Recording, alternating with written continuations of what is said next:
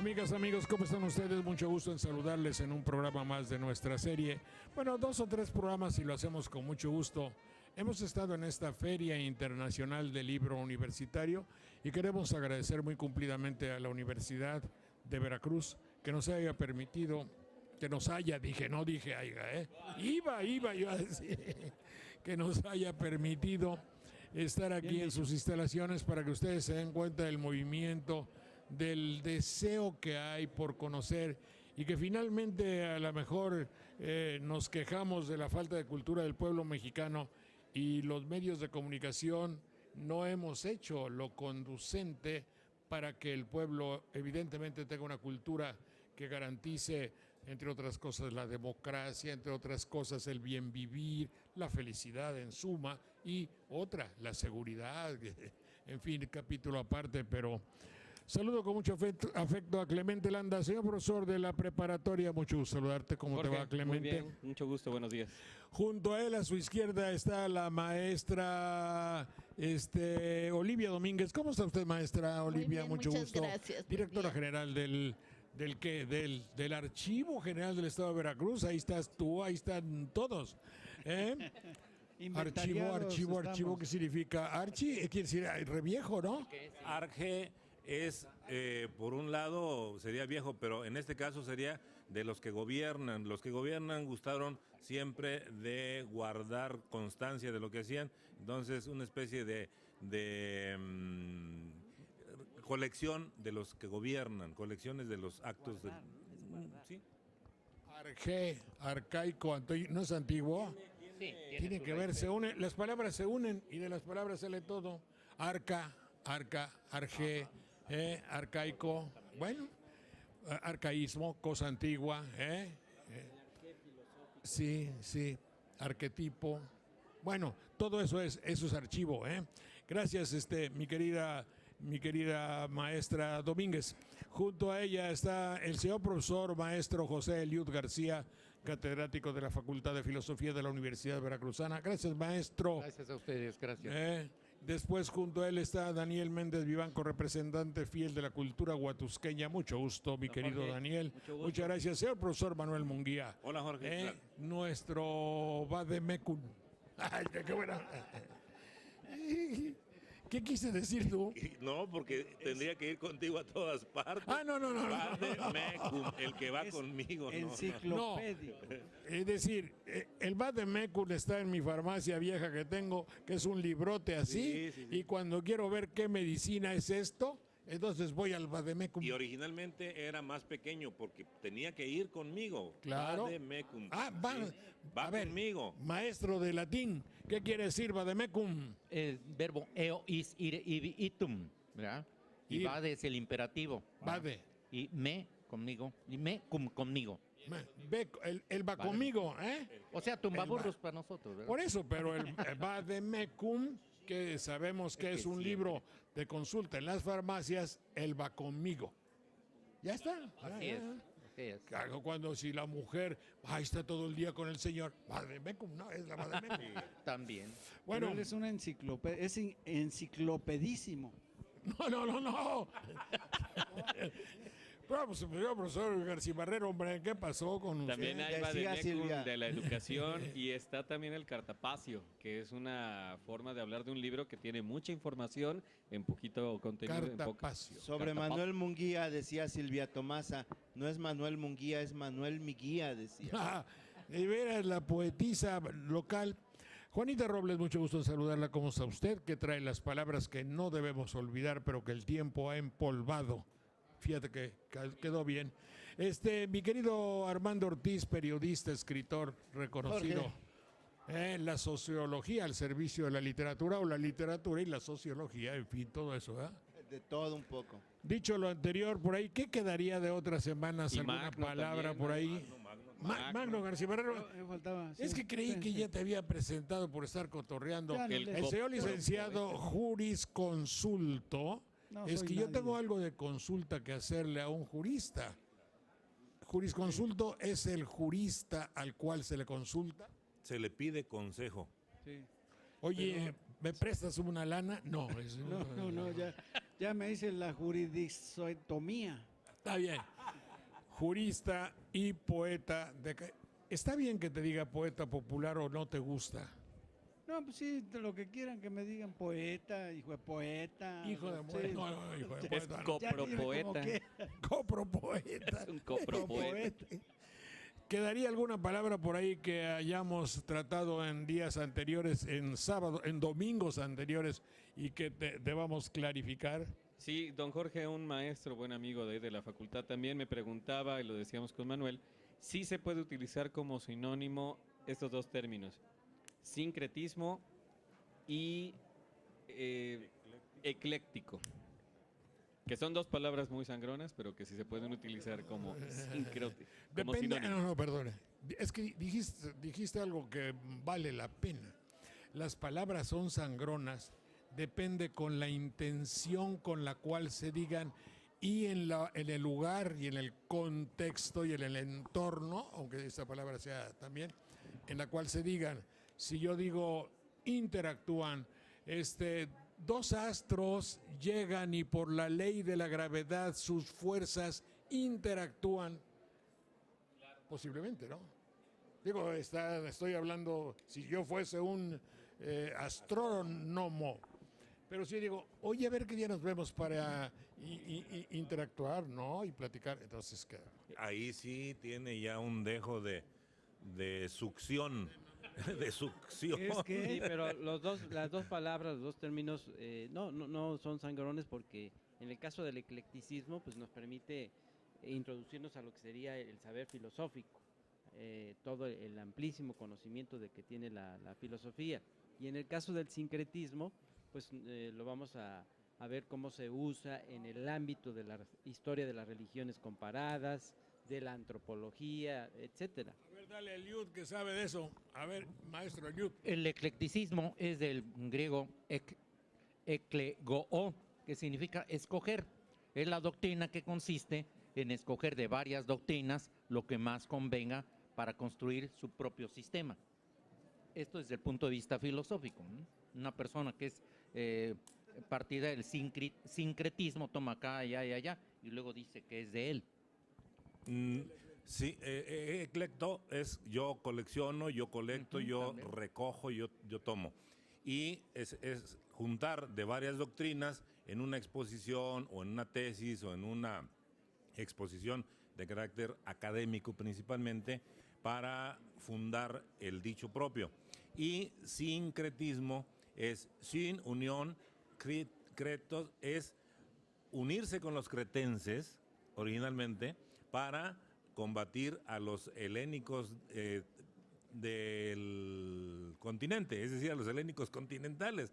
Eso era en su origen, hacer una coalición, una alianza para combatir a un enemigo fuerte. Después ya se especializó en términos sociológicos para señalar aquel fenómeno que ocurre cuando vertientes religiosas de diferente origen se unen. Pensemos en Mayo y al principio en la Santa Cruz. Hay una herencia europea en la cruz misma y en el asunto cristiano, pero en la forma que adornan con flores, con colores y con demás elementos que tienen origen indígena, ahí hay un sincretismo. En la Virgen de Guadalupe hay otro sincretismo muy, muy reconocido, porque ahí está Tonantzin, pero también está la figura de María. En nuestra nación se tuvo que hacer de esa manera.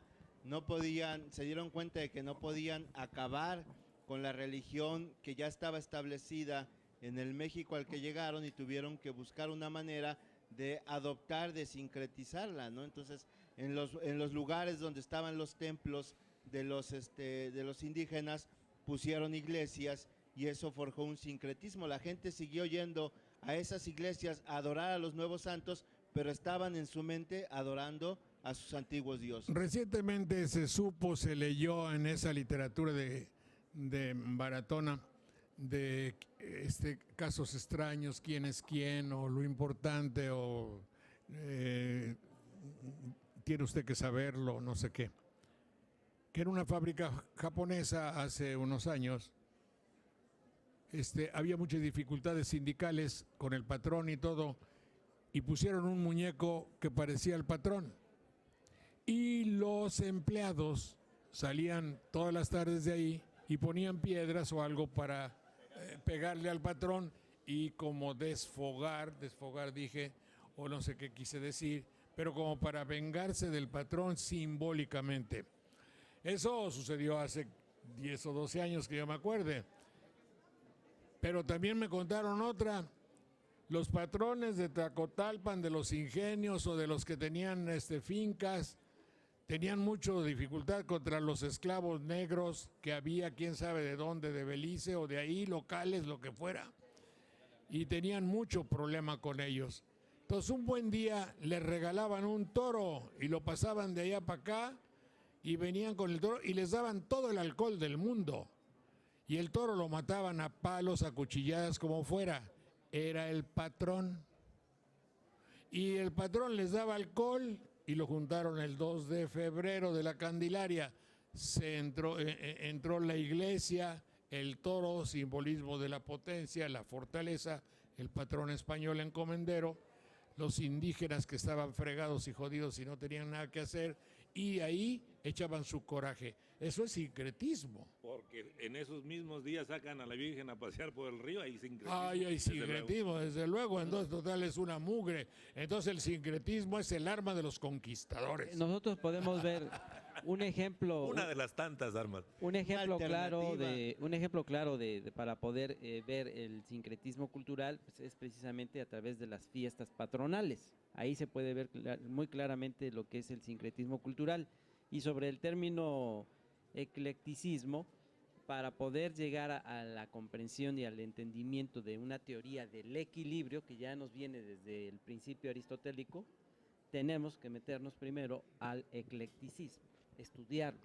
Pero sí, por lo decías- tanto yo le contestaría al maestro, no los considero sinónimos porque tiene una aplicación muy reconocida en asuntos religiosos, Sí. uno, el sincretismo, y en asuntos filosóficos el otro, el eclecticismo. Aunque sincretismo también en cuestión política ya tiene una visión en la cual se unen dos personas en contra de otro. No, bueno, eso es la normalidad. Bueno, En México le echan un montón, no hay y problema. recuerde usted, don Jorge, también que existía la figura del chivo expiatorio. Claro, Así mi como chinito. pégale al negro y Los judas de Semana Santa y los monigotes de carnaval también. Bueno, oye, ¿cómo te va? ¿Cómo estás? ¿Cuál es tu nombre? Yo me llamo Jorge Saldaña. ¿Tú? Samuel. ¿Samuel qué? Samuel Lian Tapia Delgado. Samuel. Samuel Lian Tapia Delgado. Samuel Tapia Delgado. ¿De dónde eres, Samuel? De Jalapa. ¿De Jalapa? Yo soy de Banderilla.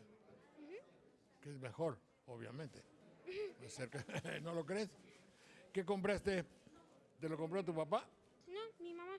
Ah, tu mamá. ¿Qué, tu mamá es la que lleva el dinero en casa? No, pero No, es que ¿verdad? mi papá llegó después. Está bien, está bien. Esto se llama La vida. La vida en un castillo. ¿Y por qué te gustó? ¿A qué año vas primero? Voy en sexto. Vas en sexto de primaria. Mira qué cosa tan bonita. Mira qué cosa tan bonita de libros. ¿Y esto qué? ¿Cómo se hace? Se supone que lo abres A ver, ¿a qué? así y lo pones así. Ah, que a toda. Digo que qué bonito, ¿verdad? ¿Eh?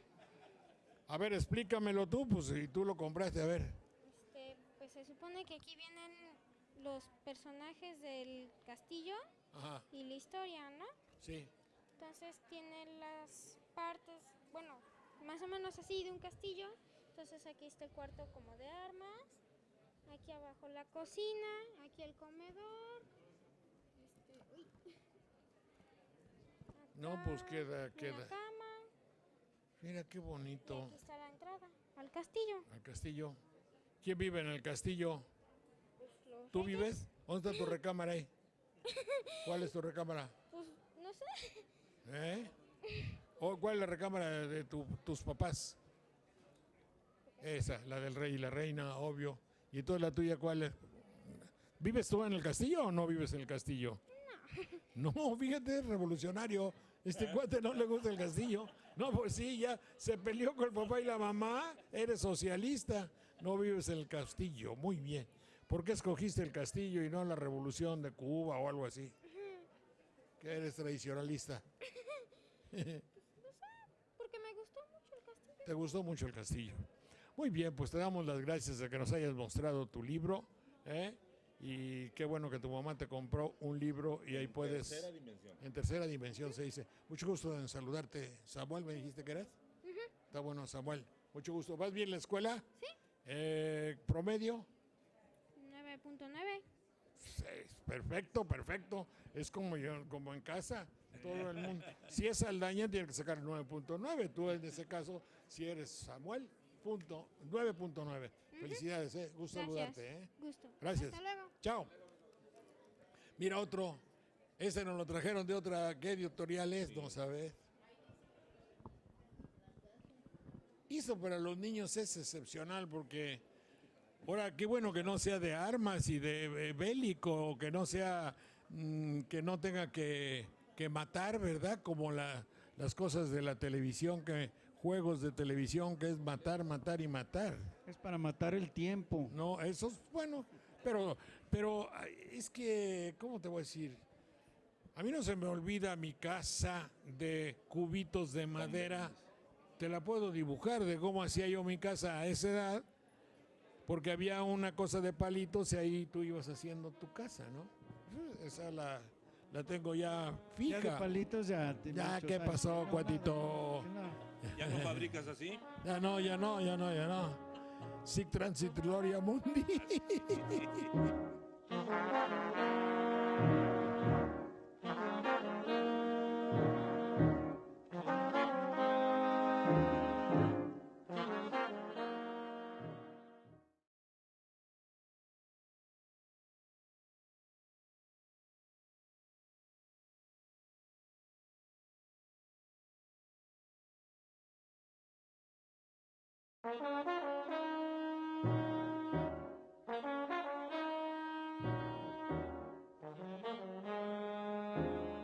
Yo les tengo un reto excepcional. ¿Cuántas partes tiene un libro? No en su contenido, sino en su factura o manufactura. Lomo, yo te digo lomos. ¿Por qué en plural? Porque son cuatro lomos. Yo creo que nomás el lomo era este. Tiene Lomos, portada. Portada, contraportada. Espérate. Poco a poco. Los lomos, y ahora aprendemos que esto para ti también es un lomo, entonces ese también y ese también. Yo solamente creí que el lomo era este y no. Entonces, lomo, portada, ¿Sí? contraportada. Solapa o segunda de forros. También. De forro es nada que ver Es que con... forro es igual que la pasta. Que Forro es lo la que tapa. cubre. Forro, tapa, pasta es igual. Una vez en el programa llegó alguien que dice, ¿y quién escribe esto de aquí? Y estaba la foto del señor que escribía la introducción. Digo, entonces tú eres el solapador del autor. Es la solapa. Solapa, que significa solus. No, un borde, una tapa. Eso que significa. Borde de tapa. Borde o tapa. Borde o tapa.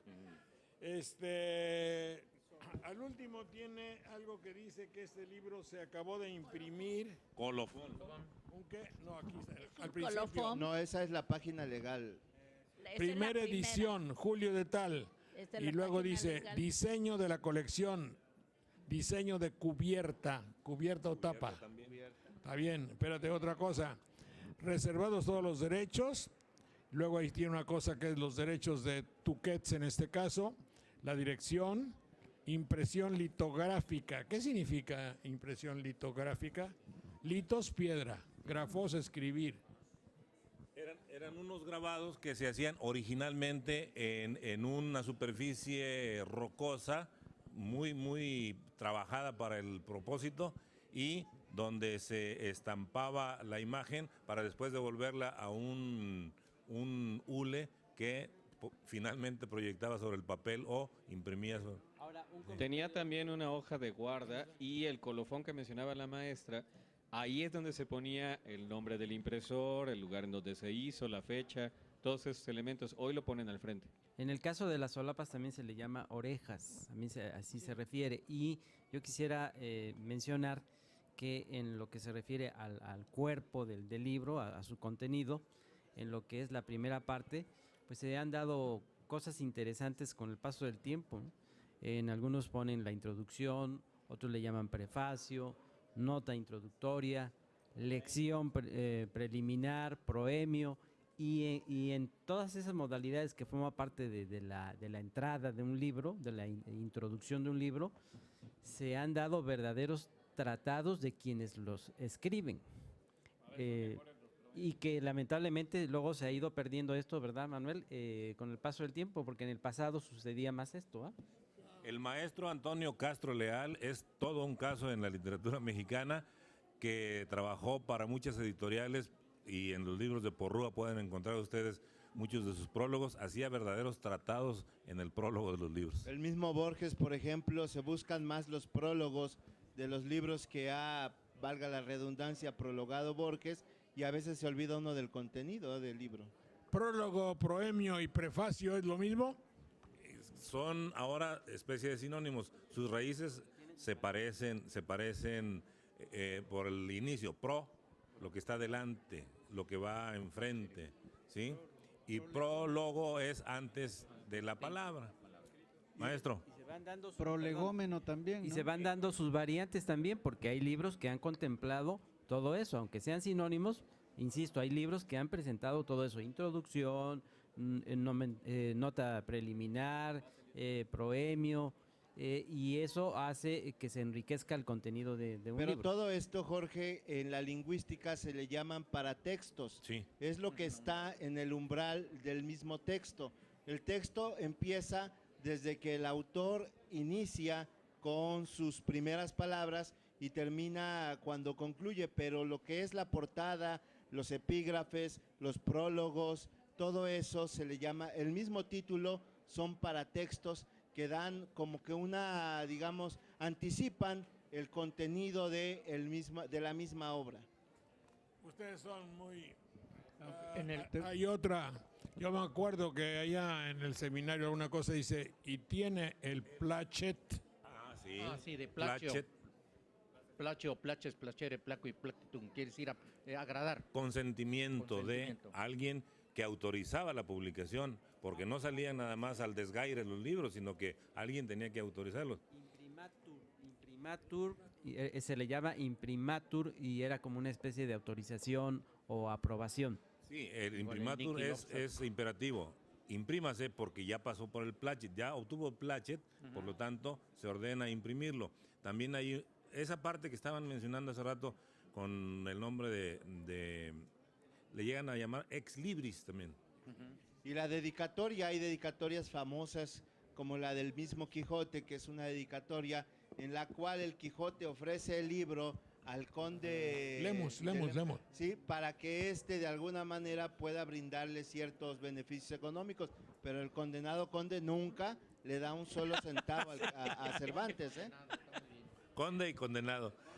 Yo recuerdo la dedicatoria de uno de mis maestros, el maestro Guillermo Florís Margadán, que fue tu maestro también de Derecho Romano, ¿no? Escribió un libro de historia del derecho en el que yo colaboré un poquito ahí en la redacción, y dice, voy a dedicar el libro, a ver qué te parece. Y ya le pone, a fulana de tal, no digo el nombre, bajo cuya dulce dictadura nacieron las páginas de esta obra. Su mujer, a lo mejor, obviamente, si era dulce dictadura, era su mujer, por lógica natural. Y ahorita que mencionaba don Jorge, el que decían necesitaban el plachet, ahí en el colegio preparatorio tenemos una gran cantidad de libros antiguos, usted los debe de recordar, los cuales seguramente usted en alguna ocasión se puso a leer con su maestro librado, porque hay muchos libros también en latín. Tienen una gran colección de ex libris. Los mencionaba Manuel, son una especie como de cromos, de imágenes pequeñas que distinguen al libro. Hoy, aquí en México hay una gran colección de ex libris que son en sí mismo parte de los libros, pero tienen su propio arte. Y viene ahora también, hay una investigación que se ha hecho en el colegio, lo que le llaman marcas de fuego. La manera en que antes el libro se diseminaba, se tenía ese plachet porque principalmente había una institución que prohibía leer ciertos libros. En su tiempo la Iglesia, en su tiempo cada uno de los gobiernos que no le parecían ciertos libros. Normalmente quien tenía los libros en este país pues eran colecciones personales o en los monasterios. Como no iba uno al monasterio y se lo llevaba el libro prestado y luego lo regresaba, porque pues, luego los libros se quedaban con uno, en los monasterios los marcaban como si fueran reses y les ponían un fuego candente, fuera en uno de los lomos o en una de las pastas que antiguamente eran de piel, sobre todo de cerdo. ¿Y ese hecho de quemarlo se llamaba el qué? Marca de fuego. La marca de fuego.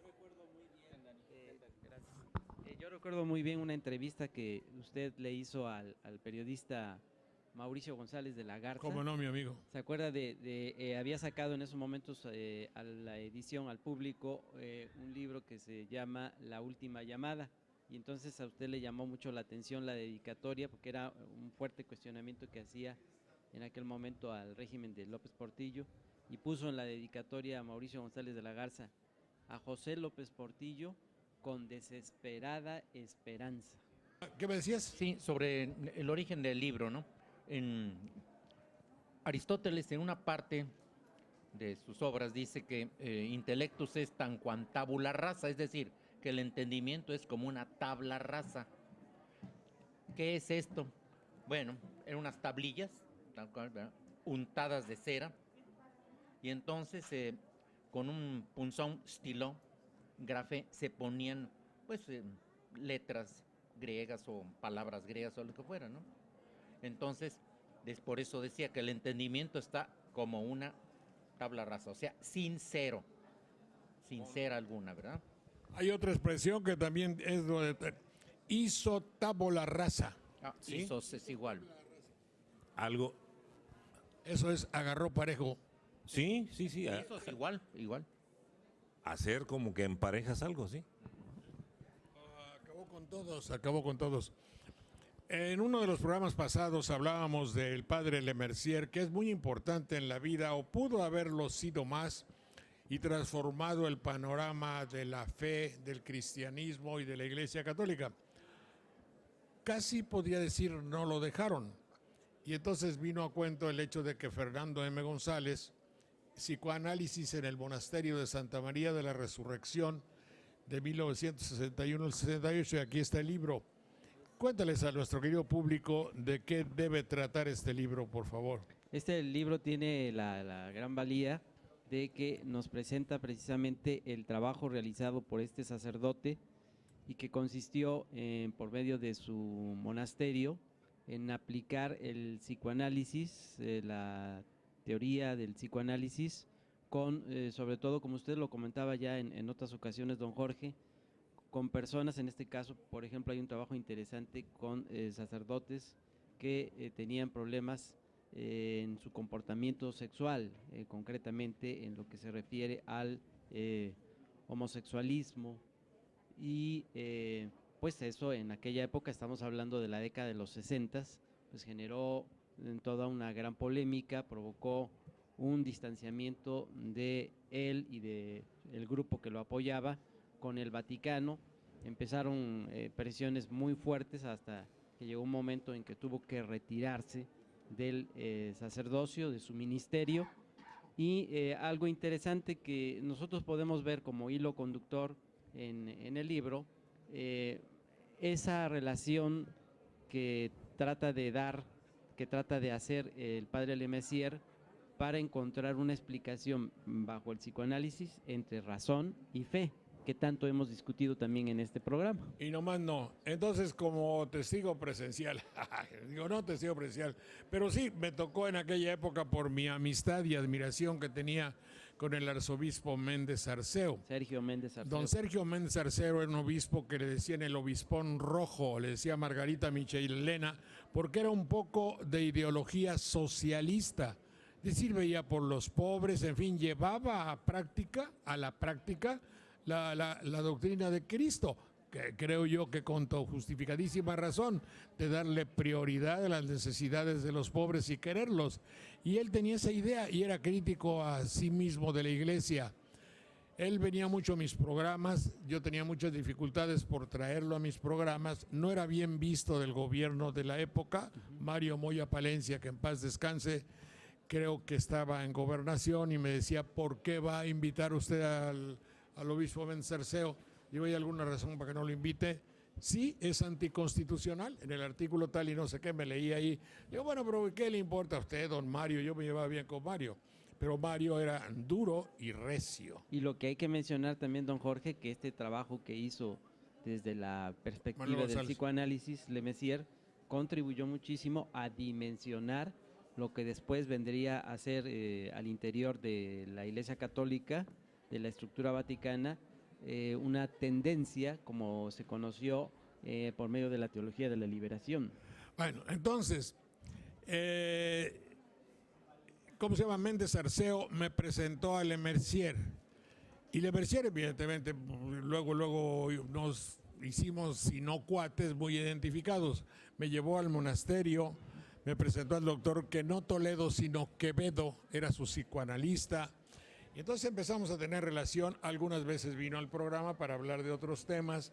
Quevedo también vino, los doctores Cueli, Abelino González, y no me acuerdo qué otros más hablaban de esa posibilidad. Carlos Viro también Sí. hizo comentarios. Ahí yo me acuerdo de él, de Carlos. Bueno, y entonces,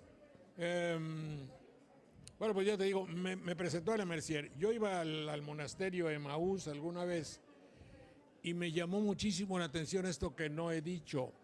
A mí me inquietaba mucho, habiendo pasado por el seminario, personalmente 5 años, de que él quería hacer y hablaba de psicoanalizar a los curas. Si se psicoanaliza a un muchacho, evidentemente ahí hubiera salido todo y yo no hubiera durado 5 años, me voy al año y medio, a los 2 años.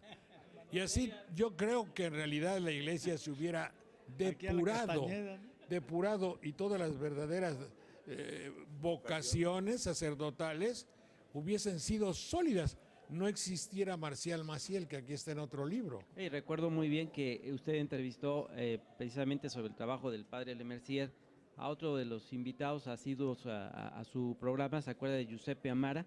Giuseppe Amara. Y Giuseppe Amara dijo que Le Mercier usó muy bien, por medio de la teoría psicoanalítica, con los sacerdotes que entraban en conflicto con su vocación y su fe, la técnica de la entrevista por medio de la libre asociación de ideas. Total que un poquito se sacaba en conclusión que un monasterio, un seminario, era un lugar de reclusión de los que alguna vez tuvimos alguna alteración psicoanalítica, y para arreglar esos problemas y ante no poder arreglarnos, nos refugiamos ahí. Y creo que no les falte mucha razón. Entonces me llevó Le Mercier allá y lo que no puedo olvidar en toda mi vida es que llegué a su cuarto cubículo, o ¿cómo se llama? Donde ¿Celda? A su celda. ¿Celda? ¿Qué Sí. celda no es de prisionero? No siempre, viene de encierro, sí. Que él es aquello que está encerrado. Cerrado. Sí. Cerrado. Llegué a su celda donde solo había una cama. Cama no, camastro. Es decir, 70, 80 centímetros, dura, y una mesita. Una serie de libros, porque tenía su biblioteca y entonces tenía los que por la noche serían. Y arriba de su cama una figura horrible de una máscara de hierro alargada. Oiga, ¿pero qué santo es ese? Le digo, no es ningún santo. ¿Qué es? El demonio. Como el diablo. Pero a ver, explíqueme usted, mi querido Le Mercier, ¿cómo se llama? El padre Le Mercier. Mauricio, ¿no? Gregorio Le Mercier. Gregorio, le digo, oiga, a ver, don Gregorio, explíqueme cómo va a ser que un cura tenga arriba de su cama, en vez de un Cristo o de la Virgen, un demonio. Y me dio una larga explicación, pero hermosísima, en cuanto que él necesitaba estar cerca de su enemigo espiritual para conocerlo y poderlo vencer. Ya estaba un poco jalado como idea, ¿no? Porque ejercía también un símbolo que explicó Carlos Viro en uno de sus programas, don Jorge, la estrecha relación de tener en ese caso el diablo, el demonio, con la teoría psicoanalítica para ver el instinto animal, cómo aflora la bestia en el ser humano cuando se aleja de la razón. Está bien. Bueno, pues entonces eso era lo fundamental de este libro, en el cual se habla de Fernando M. González, habla de cómo no se pudo porque la Iglesia no aceptó que hubiese psicoanálisis. Yo creo que la Iglesia ahí perdió muchísimo. Y muchas personas tienen ese tipo de figuras. Si hablamos, por ejemplo, de la ciudad de Nueva York, tienen un Lucifer como uno de sus principales símbolos, que es la Estatua de la Libertad, que es la portadora de la luz. Es una persona que significa Lucifer. Y algo que hay que decir, que el padre Lemercier fue siempre congruente con sus convicciones, se manejó con sobriedad, tal y como lo describe usted en una de sus celdas o habitaciones que tenía en el monasterio.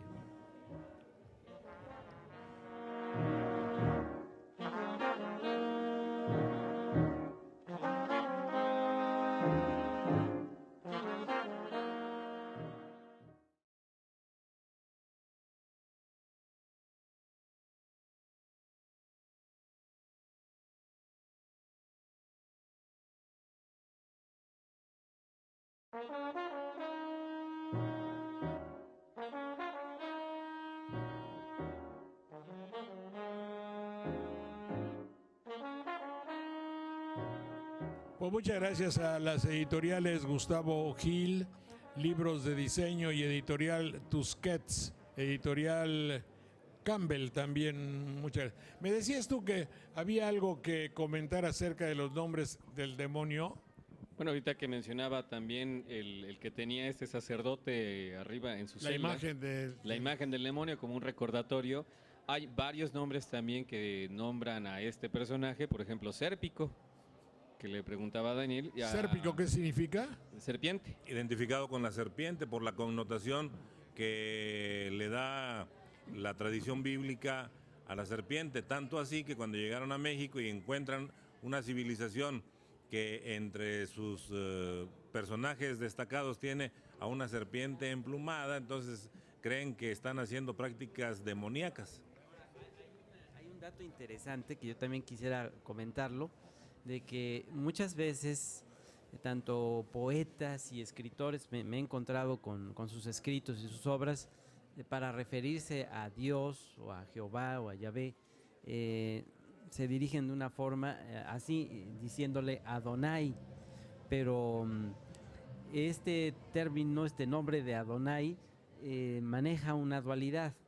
Pudiera ser el hecho de estar dirigido a Dios o a Yahvé, pero también en otros escritos parece que se refiere al diablo y al demonio. No.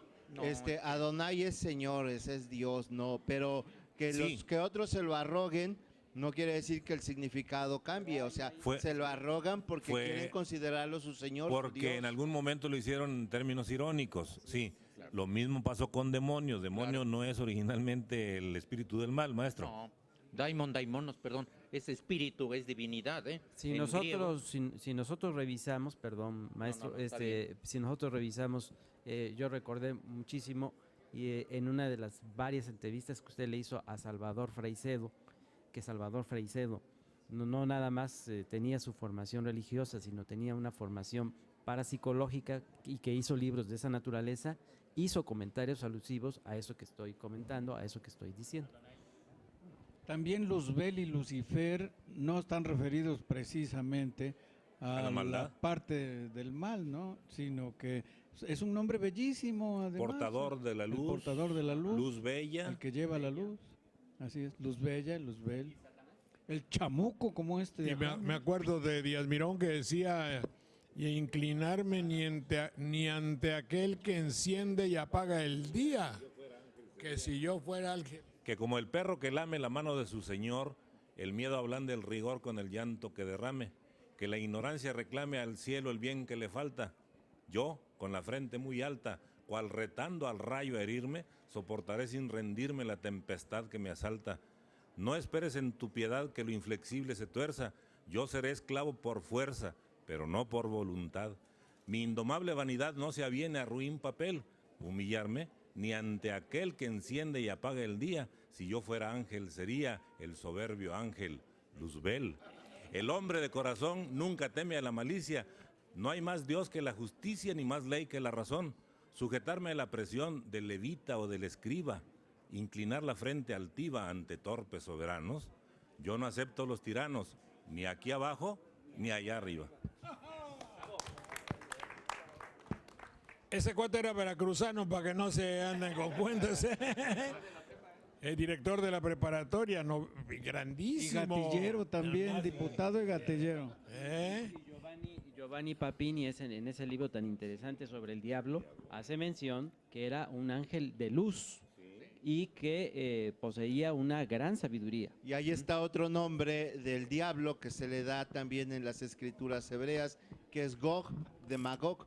Y Gog, después Goliat, y los goliardos, que eran unos monjes, y los clasificaron así porque tenían comportamientos muy mundanos, y decían, oye, ¿cómo puede ser que vivan en un monasterio y se porten de ese modo? Es que eran además grandes artistas, de ahí nació la Carmina Burana que conocemos ahora, porque es una obra encontrada en un convento de los goliardos. Pero no eran pederastas, ¿o Eran sí?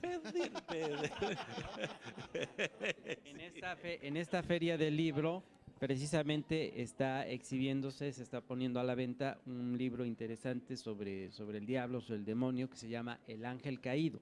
¿Y quién vale la pena leer este libro? O la frase celebérrima de Pito Pérez, pobrecito del demonio, qué lástima le tengo, dice. Cuando hablas de ese hermosísimo verso que nos dijiste, me acuerdo del otro, que no me acuerdo de todo, pero dice, la cuarteta dice así, pero que revela perfectamente el espíritu indomable, recio y fuerte de Almirón. Creo que es cuando el torrente por los campos haya de pronto un dique que le dice atrás, podrá saltar o derribar la valla, pero pararse o recular jamás. Eso es el lenguaje conceptuoso, parece que se llama, ¿no? Es modernista en muchos aspectos porque Díaz Mirón tuvo algunas influencias de esa corriente, pero también es de una grandilocuencia muy clara. Era un orfebre, la verdad, Díaz Mirón, para hacer...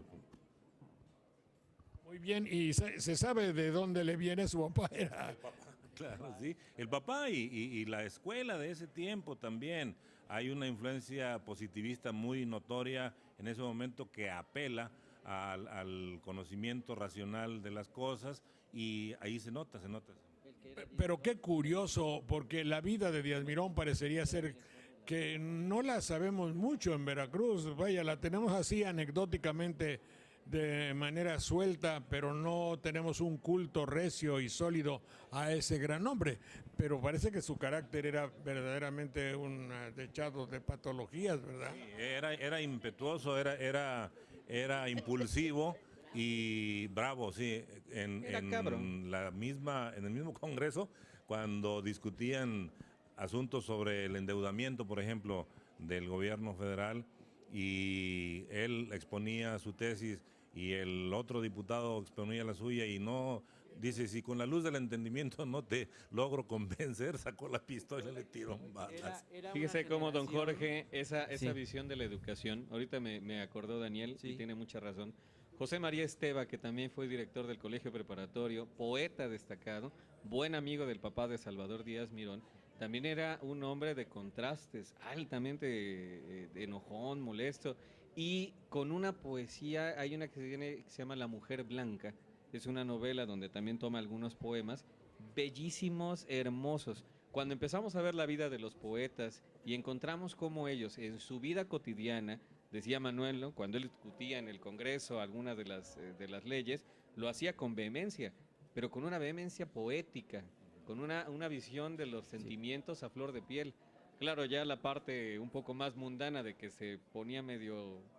No, se lanzó a perseguir forajidos por el estado de Veracruz, porque digo, ¿cómo que no los pueden detener? Y él A Santanón. a Santanón, por ejemplo, se dio a la tarea de buscarlo, y cuando ya estaba retirado en el puerto, debo decir antes que sí hay estudios importantes sobre Díaz Mirón en la universidad, lo que pasa es que falta difundirlos y la misma universidad creo que tiene responsabilidad en eso. Hay que darlos a conocer más. Ya retirado, alguno de los gobiernos postrevolucionarios le mandó a una emisaria, cosa rara porque era reportera de un periódico de aquellos tiempos. No era muy común que las mujeres trabajaran como reporteras y menos que salieran de la Ciudad de México, y la enviaron para ofrecerle una pensión vitalicia por parte del gobierno federal. Y le dijo: señorita, tengo averiada una mano, pero mientras la otra pueda escribir, yo no acepto dádivas del gobierno. Y la muchacha le dice: oiga, es usted muy orgulloso. No, soy soberbio, dijo.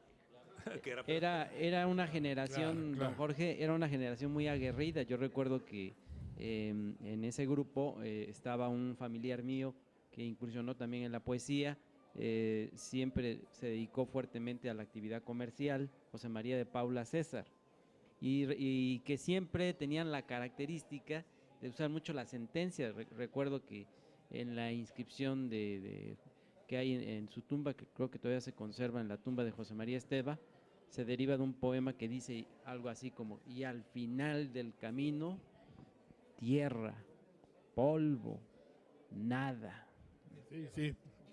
Fíjate que eso que dices tú, me quedé pensando en que ninguna cadena de periódicos, ninguna noticiero ha tomado como ejemplo a Díaz Mirón, porque lo que tú acabas de decir, de que a Díaz Mirón le ofrecieron una dádiva, una, ¿cómo se llama eso? Una canonjía, una mensualidad, y él dice, una sinecura, sí, pero un dinero, le ofrecieron un dinero como una jubilación. Él dijo: mientras yo pueda escribir, no. ¿Es usted orgulloso? No, soy soberbio. Finalmente era honesto. Bien se puede tomar para que todos los que trabajan en los noticieros, en la televisión, en gran parte de la prensa, no toda, lo tome como el héroe, como el ídolo del antichayote.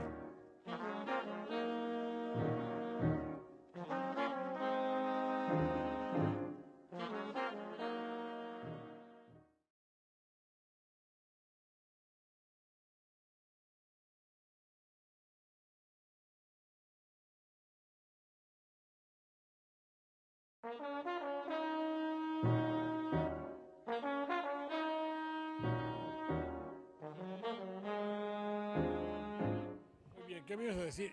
Tú ibas a decir algo, ¿no? ¿Quién me iba a decir algo? Sí, a Quiero ver, decir que a pesar de que haya dirigido El Imparcial, que sí se había puesto al servicio de Victoriano Huerta, él mismo creó esta frase que se ha vuelto universal: hay plumajes que cruzan el pantano y no se manchan, mi plumaje es de esos. Pues sus asonancias que dice: sabedlo, Los y vasallos. próceres y mendigos, nadie tendrá derecho a lo superfluo mientras alguien carezca de lo estricto. Pues, sí. Pero también dijo otra cosa, perdona que te interrumpa, pero una de cal por las que van de arena. Le dijo a una mujer, le dice: no te des al acaso, Dios no envía la suprema verdad a cualquier gusto, la manda para hacer en la porfía botín del fuerte y galardón del justo.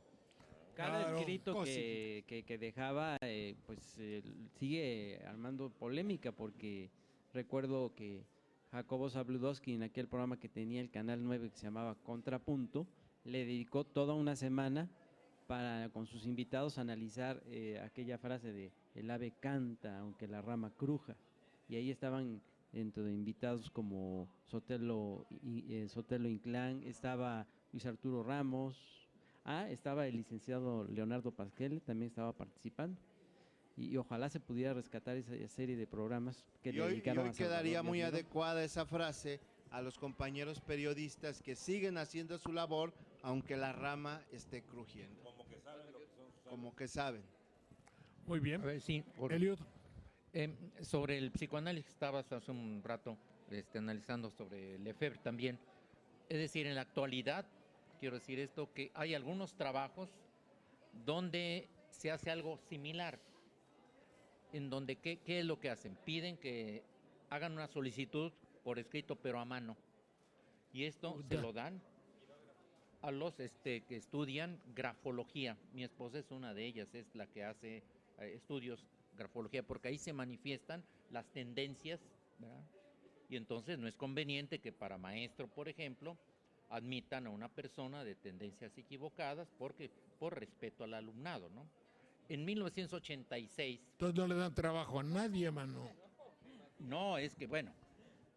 Es que no son tendencias equivocadas, son diferentes nada más.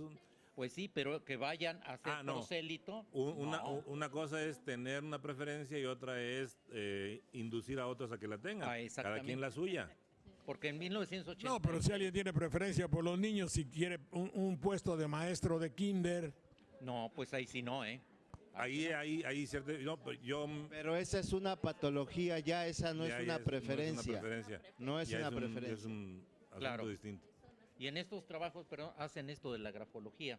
Y en el 1986, hasta la fecha, espero que así sea, en la Escuela Nacional Preparatoria de la UNAM, siendo director general un veracruzano, compañero nuestro, de aquel entonces, Ernesto Esquetino Maimón, de Orizaba, fue el que de alguna manera en el reglamento puso que para que fuera admitido un profesor a la Escuela Nacional Preparatoria, tendría que hacer un examen psicométrico, precisamente para ver este tipo de cuestiones, ¿no? ¿Está bien? Porque decía él, y con sobrada razón, mira, podemos detener la piedra, no regresarle, eso ya no. Y a partir de ahí se hacen varios exámenes, aquel que quiera ser profesor, maestro de la Escuela Eso Nacional debía hacerse Preparatoria de la hasta UNAM. para los choferes, porque les dan bruto. camiones a unos que son verdaderamente homicidas. Hay que recordar, pues nada menos, yo tengo muy presente aquellas maravillosas entrevistas que usted le hizo a Alfonso Quirós Cuarón, cuando hablaba sobre cómo intervenía la grafología en su trabajo de investigación para dar con aquellos casos famosos, ¿no? Que luego se derivaron en libros, ¿no? De ahí la hermosísimo poema musical que en 2 frases tuvo, yo creo que, no sé si sea Biglietti o alguno de los grandes poetas americanos, acerca de lo que estamos hablando, de la vocación que alguien tiene para ejercer el oficio que busca y al cual se dedica. Y la frase que a mí siempre me anda dando vueltas es esa, que vendría a cuento que se hiciera todo un estudio, una difusión, un examen profundo y se volviera norma, ley y dictado en México. Y la frase de la canción dice: no sé por qué piensas tú, soldado, que te odio yo, si somos la misma cosa tú y yo. Benedetti. Es decir, creo que ahí se resume profundamente una de las grandes partes de nuestra cultura y relación hacia la búsqueda de la justicia y la sociedad. Mientras no haya eso, oye, no sé por qué piensas tú que yo te odio. Y él también puede decir lo mismo, ¿verdad? Y entonces todos estamos inmersos en ese mar profundo de la incomprensión por falta de la cultura, finalmente, educación. Y dados los acontecimientos recientes, valdría para el trato entre periodistas y personas de otras ocupaciones. Valdría, desde luego. Bueno, jóvenes, volvemos en un minuto o puede pasar la maestra. Maestra, por favor. Adelante, decía usted tan amable, Olivia Domínguez, directora del Archivo de la Ciudad. Sí. Del Estado. Bueno, pues de acuerdo al anterior programa que empezamos hablando sobre el recinto de la Casa del Lago, yo quería continuar viendo sobre el paisaje, ¿no? O sea, el paisaje que nos rodea, que es precisamente el Lago del Dique, y en el cual nos han quedado muchas fotografías, o sea, ¿qué vemos o cómo tratamos a todas estas fotografías? ¿Qué es lo que vemos? Pues vemos un lago que era un lago natural, que era surtido por aguas que no estaban contaminadas, obviamente, pero que se utilizaban, que las utilizaban las industrias, que las utilizaban las tenerías que existían, pero que también las utilizaban los pobladores, porque eran aguas frescas que corrían y que hoy están entubadas. Por ejemplo, la calle que es la calle Bocanegra, pues ahí corre el río, está entubado, y las fotografías que se ven las caídas de agua, porque no existía este puente, hay una especie de puente que va hacia las Atletas, y era un paseo natural donde estaba todo arbolado, ¿no? Y hoy, está adoquinado, rodeaba el lago, y continuando como hoy sería hacia lo que sería la isleta, bueno, los pobladores lo usaban, era parte de la diversión, había embarcaderos para tomar lanchas, pequeñas embarcaciones, donde las fotografías muestran a personas con vestidos largos, sombreros, los señores también bien vestidos como para días de campo, y hay otras fotos donde se ven con ropas, con menos ropa, digamos, pero bueno, entonces los trajes de baño eran trajes enteros, ¿no? Muy largos, y también era zona de diversión, o sea, las familias jalapeñas venían a disfrutar de estos lagos, ¿no? O sea que no, y bueno, así se va conformando un barrio, que es el barrio que también lo tenemos. Hoy decimos que es el barrio del Dique, pero era un barrio de trabajadores de la clase obrera. Muchos vivían de esta parte, otros vivían de lo que sería la parte hacia Los Berros, y entonces había un sindicato, que el sindicato progresista, el cual de trabajadores de la fábrica del Dique, donde todavía queda un mural en donde era su casa sindical, que está sobre la avenida, hoy se llama Venustiano Carranza, y bueno, ahora es un restaurante, pero bueno, qué bueno que se sigue manteniendo ese mural de Gabriel, Gabriel Orozco, que es el actual, es el hijo. Pero, Orozco Rivera. Mario Orozco Rivera. Orozco. Sí, perdón. Ajá. Su hijo es Gabriel, sí, el papá. Y entonces, bueno, es un mural que afortunadamente se ha conservado y que forma parte de la Escuela del Muralismo. Entonces, es un mural muy valioso, sí, yo lo conozco, es valioso. bellísimo. Entonces, bueno, pues era pues un lugar donde se reunían muchas familias conocidas de apellido Cerón, Viacuña. Entonces, bueno, son Meneses, bueno, familias que era su estar, su ámbito de trabajo y también parte de su diversión, ¿no? Bueno. En San Bruno había otra fábrica. Yo debo decir algo, pero no me acuerdo. Yo ya en esa época no estaba yo en esta ciudad y por estos contornos, pero supe mucho de el Dique y la relación que tuvo con un hombre de bondad muy grande que fue José Manuel Martín del Campo.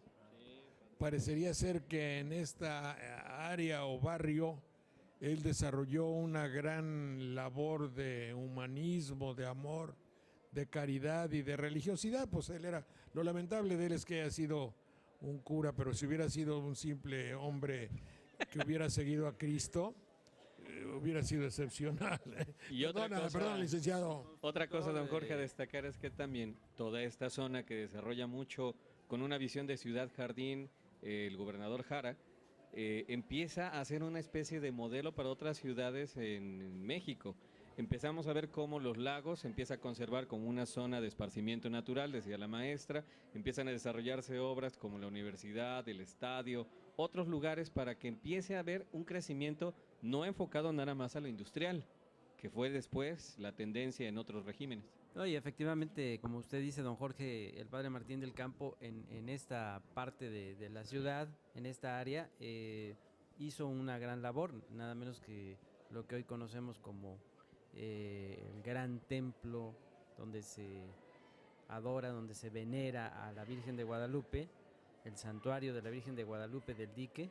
Pues él colocó la primera piedra, es un sacerdote muy querido que hoy está en proceso de beatificación y que fue, como usted bien sabe, recibió primero el diaconado, pues nada menos que por Rafael Guízar y Valencia. Bueno, él es grande no por quien le dio el diaconado, sino porque en realidad era un hombre de bondad muy sólida. Así hubiera sido ateo. ¿Cuál es la bronca? Hay que recordar Hay que recordar ¿A también... poco no? ¿A poco le negaría su jerarquía No. si hubiese sido ateo? No, claro Ahí está, que no. ahí está, ahí Hay está. que recordar también que él es pionero también en la lucha contra el cáncer. Sí, Y él hace un trabajo interesante con los niños que ya venían Parece. padeciendo de este problema. era un hombre de una gran bondad. ¿eh? Y le hice muchas, ¿cómo se llama eso? ¿Perradas? Me portaba yo mal y él era el que me perdonaba a todos. Adelante, Juanita. Sí, gracias, don Jorge. Esto es sobre la lectura que usted también decía que es tan necesaria. Voltaire decía que se lee demasiado poco y aún entre los que hacen la mayoría lee muy mal. Hay por ahí un epigrama que dice: he aquí la suerte de los hombres. Muchos los llamados y pocos los elegidos. He aquí la suerte de los libros. Muchos los deletreados y pocos los leídos. De lo anterior se deduce: el saber leer constituye un verdadero arte. Y puesto que todo arte ha de definirse según el objeto que aspira, el objeto que aspira a conseguir, debemos preguntarnos: ¿por qué y para qué leemos? ¿Es para instruirnos? ¿Es para juzgar las obras? ¿O es, por el contrario, para simple deleite y regocijo? Pero en cualquier caso, lo fundamental es leer lentamente, preguntándonos a cada párrafo el sentido de cada idea y si la hemos comprendido lo suficiente. No se debe leer precipitadamente. La prisa es otra forma de pereza. Nuestros padres llamaban a esta práctica leer con los dedos.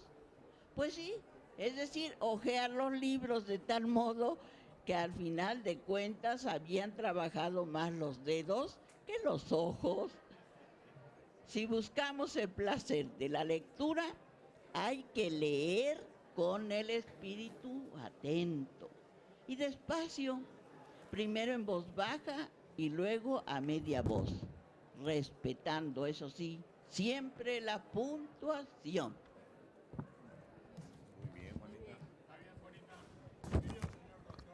Magno Garcimarrero, si eres tan Muchas amable, gracias. cuéntanos por favor, ¿qué nos vas a decir hoy poéticamente hablando? Me voy a soltar con la democracia, ¿A vos? que es una forma aquí en México de la escatología. So- Qué poca ma- a partir de lo que conocimos en el debate del domingo. En contiendas de poder se agudizan las patrañas y llamando las campañas vienen a todo joder. Uno las tiene que ver y oír en todos los medios, proponiendo los remedios que ofrecen con suficiencia, colmándonos la paciencia con insufribles asedios. Por teléfono y por tele, por radio y televisión, sin tregua la población los recibe y se conduele. Tampoco falta un pelele que tocándonos la puerta a deshoras nos despierta de nuestra bendita siesta para invitar a la fiesta de una democracia incierta. Esta batalla campal nos cuesta tanto dinero que nos hace un gran agujero en el fondo del costal. Puede que no haya otro mal peor en esta democracia que sufrir esta desgracia de gastar tantos billetes para elegir mequetrefes que continúan la falacia. Qué pesimismo, Guatito, qué barbaridad, que no tienes una luz de esperanza, todo lo niega. Qué No. Leí la alegre, tengo otras más tristes. catastrofismo. Catastrofista. Oye, ¿qué es eso? Catastro, lo que gira y cae. Ah, ¿tú vas a sacar una escritura al catastro? No. No, esa es otra cosa. Catastrofista quiere decir el que gira, trofos y cae. Tropo, giro, ¿eh? Catastrofista, pero cámbiala a F, catastrofista. Gracias, mi querido Magno. ¿Alguna recomendación, señor licenciado? ¿Alguien que quiera agregar algo o ya? Ahora vayamos a unos reportajes especiales que tenemos ya como establecidos en nuestro programa y después de esos reportajes solo me despido de ustedes.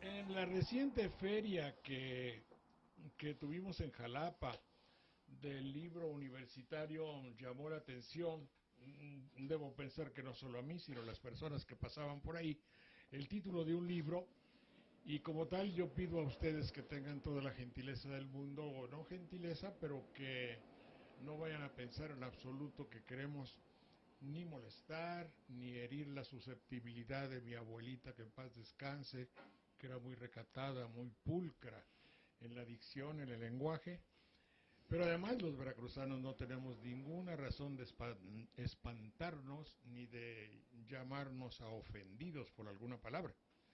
El veracruzano se cataloga en el mundo como un hombre que sabe usar muy bien las palabras en español y las dice contundentemente, y ahí está toda los habitantes de Alvarado que hicieron popular la mentada de madre. Y un alvaradeño que no saluda al otro diciendo, ¿cómo estás, tu hijo de la chingada? Pues no es un buen alvaradeño. No sabía. Y el hecho de llamarle a alguien joputa no significa nada. Joputa. Sí. Porque ya con un fenómeno de apócope, Claro. desaparece el I y ya nada más es joputa. Y según la entonación, es la intensidad, el valor y el cariño o desprecio que se tenga la expresión. Sí, según cómo se use. Es un gran hijo puta, o es un hijo de su gran puta madre, ya tiene otra connotación. Sí, claro. Todas esas son lucubraciones que sacamos del libro del doctor Marcelino Cereijido hacia una teoría general sobre los hijos de puta. Claro. El libro obviamente sería difícil que no lo fuera, está escrito en nuestras tierras, donde no carecemos de material, por así decirlo, señor. Un acercamiento científico a los orígenes de la maldad, deduciendo que un hijo de puta es un representante de la maldad. El maestro Cereijido es de Buenos Aires, nació y es doctor, obvio que nació, pero iba a decir algo, es que somos contemporáneos, con eso lo ofendo, claro. Pero no digo nada, es doctor en fisiología por la Universidad de Buenos Aires, postdoctorado en Harvard, en fin, un científico que está en México desde hace mucho tiempo y que me ha dado un gran honor con recibirme en casa junto a sus libros queridos y dejar que yo le pregunte y que me diga y que me explique y que le diga a nuestro público por qué un título que algunos podrían considerar un poco agresivo. Así una teoría general sobre los hijos de puta. Adelante, doctor. Bueno, dos cosas que hacen respingar a la gente son el tema en sí y el uso de una palabra soez. Entonces, quiero hacer dos aclaraciones. En primer lugar, el tema es más viejo que la misma ciencia moderna, que tendrá unos 5 siglos. Les decía hace un momento que Agustín de Hipona, en pleno siglo V, le preguntaban, dígame, el mundo, el universo, lo hizo Dios, claro, es el creador. Y era un creador muy inteligente, era perfecto, el sublime arquitecto. Y entonces, ¿por qué hay terremotos, hambrunas, incendios, guerras, piojos, pestes, en fin? Y entonces ahí ya esto habría escuelas de teología, y según como uno contestara, podía ir a parar a una hoguera. Por ejemplo, si uno decía, sí, él era perfecto, bueno, pero era un poco chapucero, algunas cosas le salían mal, no se salvaba de la hoguera. Si en cambio, que era la otra escuela, decía, sí, él lo hizo perfecto, pero es que el diablo mete la cola. Entonces venía la segunda andanada de preguntas. ¿Pero cómo? ¿Dios no es todopoderoso? Claro. Y entonces, ¿cómo permite que el diablo le meta la cola en su creación? De manera que hay tanto hijo puta, ¿no? Claro. Entonces, eso habría otra vez otras escuelas de pensamiento. Por ejemplo, les decía, no. Lo que pasa, él lo podría parar al diablo así con toda facilidad, porque es todopoderoso. Pero no lo hace porque quiere juzgarnos y ver cómo reaccionamos.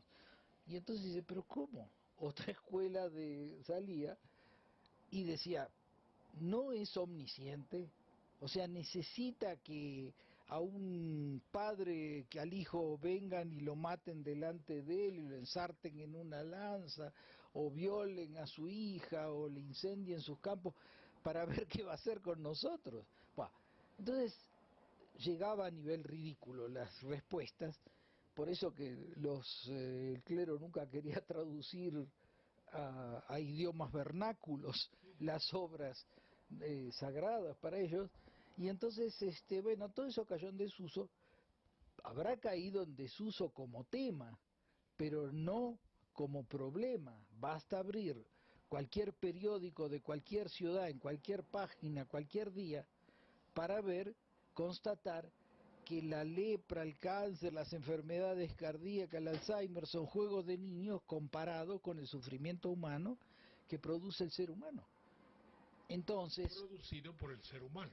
Producido por el ser humano. Y usted a esa tendencia a hacer el mal de todos nosotros le llama una proclividad por la hijueputez. Sí, ahora, eso le dice que me defiendo, digamos así, de que el tema no es un tema traído de los pelos. No, pero no. Porque le sale demasiado fácilmente al ser humano ser perverso.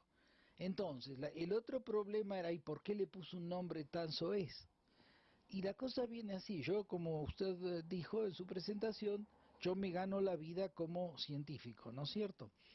Y eso me obliga a ir a encontrarme con gente de todo el planeta, y uno de mis hábitos es preguntarle en su idioma cuál es el insulto más neurálgico, más bravo, algo lo más terrible que le pueden decir a uno.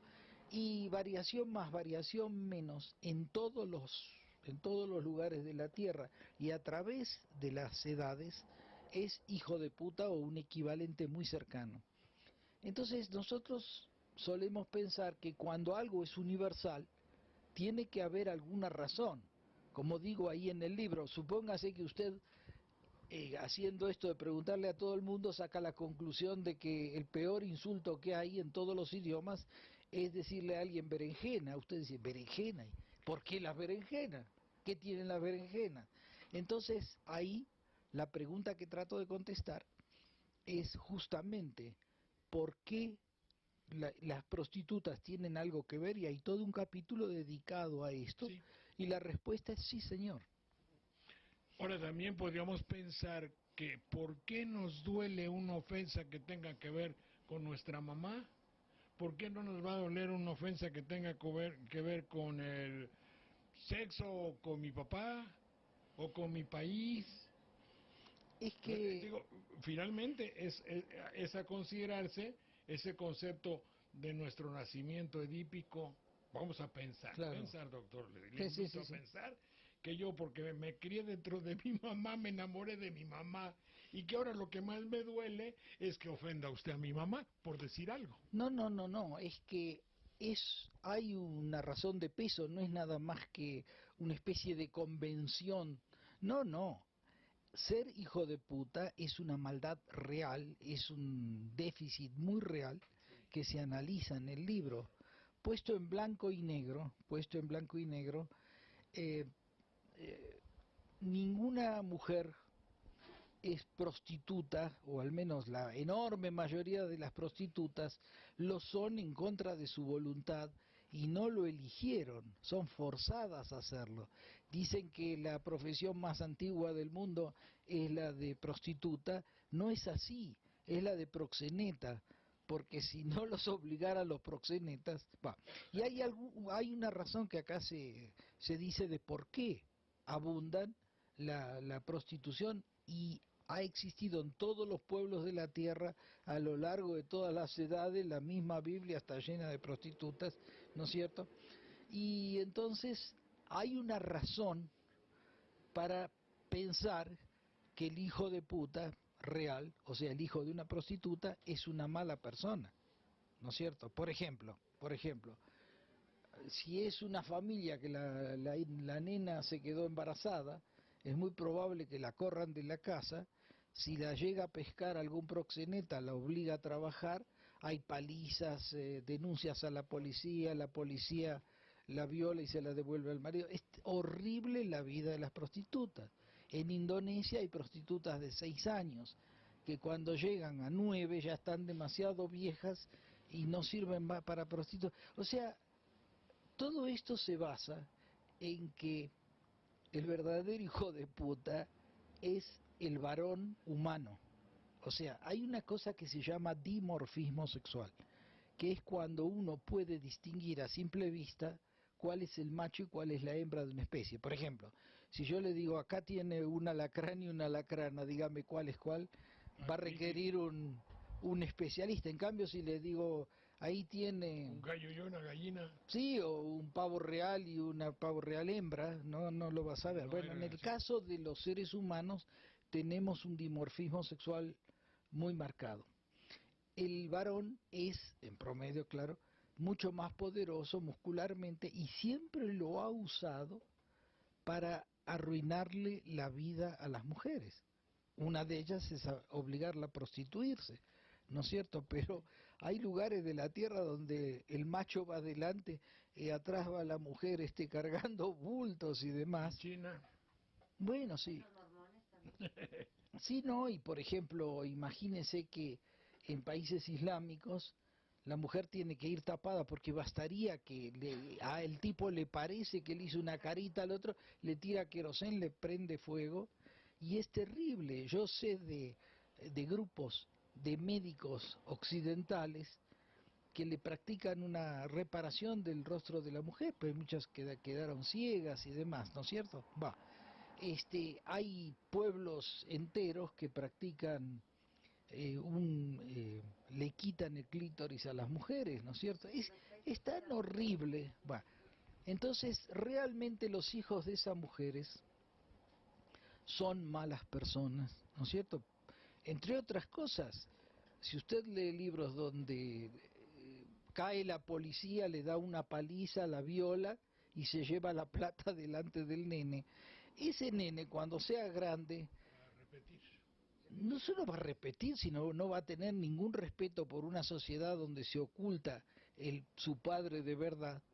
Yo hice guardias en un hospital de la Argentina, donde una muchacha violada acaso por el dueño de casa, llegaba a introducirse agujas de tejer en el útero para tratar de abortar, y por ahí no lo conseguía, pero después nacía el hijo lisiado, loco y demás.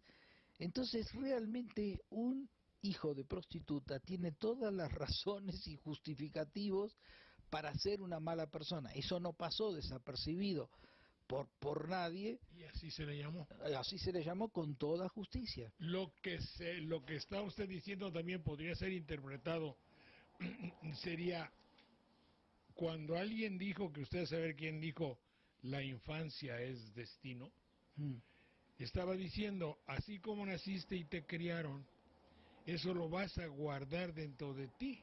Claro. Y cuando seas grande vas a ser una persona según aquello que sembraron en tu surco, que sembraron en tu tierra fértil, infantil. Lo digo porque, porque es natural que un niño así, despreciado de la sociedad, con mamá con 5 maridos, padre alcohólico, ladrón, sin trabajo, con problema de hambre, ese niño buscando cómo vivir se vuelve un delincuente. No es del todo culpable y es a lo mejor hijo de la prostituta del pueblo, pero es así porque la sociedad lo hizo así. Sí, me dicen, es un libro de Adriana Balaguer, que muchas prostitutas, el proxeneta, cuando nace un chico de ella, lo manda a que lo tengan, digamos, en un pueblo del interior, y la amenaza a ella que si no trae plata lo va a matar. Claro, claro. Entonces un chico ha estado preso a los 3 años, 4 años, en la cárcel para estar con la mamá, o sea, ya estuvo preso de bebé, Sí. ¿me entiende? Ya hizo de rehén. Ya tuvo un castigo. Sí, ya hizo, sí, y además está tratado terriblemente mal, ¿no es cierto? Sí. Bueno, Sí, es la descripción del tango cambalache que usted conoce. sí, de Enrique Muchos Santos ahí, Discépolo. que está lleno de hijos de puta. Claro. Dígame usted, el hecho de ser hijo de puta, ¿usted piensa que se hace uno o hay quienes naciendo de una cuna noble y digna, porque también lo hay? Yo conozco muchos hijos de, digamos, de políticos y de políticas, en fin, de parejas muy nobles, muy dignos, llamados junior o todo eso, que desarrollan una hijueputez pero evidente, Claro. y que no tienen ningún elemento ni justificación para que su vida se convierta en perjuicio, con una ambición inagotable, aún sabiendo que existan, me cuentan, pueblos que tienen más del 50% de su población pobre. Claro. Y le quitan el dinero que debería ser para aquellos, se lo llevan ellos para sus devaneos y gastos superfluos. Eso es ser muy hijo de puta. Claro, no tenemos que pensar cuando hablamos de hijo de puta en un patán que le va los empujones o mal vestido, borrachín. No, yo le puedo decir lo siguiente, según la UNESCO, para estar vivo hacen falta $2 diarios por persona. Entonces una persona que gane varios millones de dólares diarios podría rescatar de una muerte segura a cantidad de gente, y sin embargo nosotros les rendimos culto, los admiramos, ponemos el nombre de ellos a las calles, ¿no es cierto? ¿Cómo? Perdón. Y, digo, es una exclamación, decir, ¿cómo es posible? No, agarre usted, tome usted la revista Forbes y vea de mayor a menor, porque los tiene ordenaditos, si este señor, vamos a decir una persona que gana poco, digamos no un billonario, sino apenas un millonario en dólares, que gane $1 millón diarios, ¿no es cierto? Quiere decir que hay 500.000 personas que estarían vivas si este no fuera un hijo de puta. Y lo es, obviamente. Caramba, yo no creo que hacia un pobre diablo le dan un cuchillo a un malandrín pueda ser tan destructivo como ese señor, claro, que por ahí no toca ni una cortapluma. Diciendo, mi querido Marcelino, que la jerarquización o la encuesta sobre los millonarios del mundo es el termómetro del hijueputez? Yo no la uso así, pero no dejo de notarlo. Pensemos que haya... Pues, los hay. Los hay. Y que hemos encontrado un lugar que sirva de baremo o termómetro en este caso. Claro. Termómetro.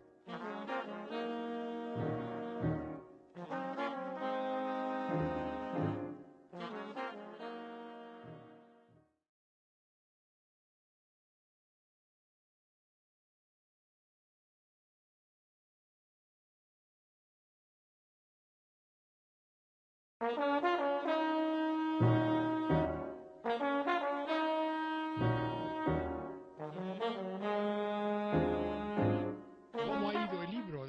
Mire, la verdad es que se han vendido muchos miles. Qué bueno. Y eso dicho por mi querida secretaria, que es aparte de su factotum. labores de secretaria, ella es la que tiene las relaciones entre las diversas editoriales y yo le pago un porcentaje, por supuesto. Y entonces Sí, porque si no fuera usted, no, fuera mala gente. no, realmente a medida que uno envejece le cuesta cada vez más esfuerzo hacer las taradeces de siempre, de modo que ella me asiste. No.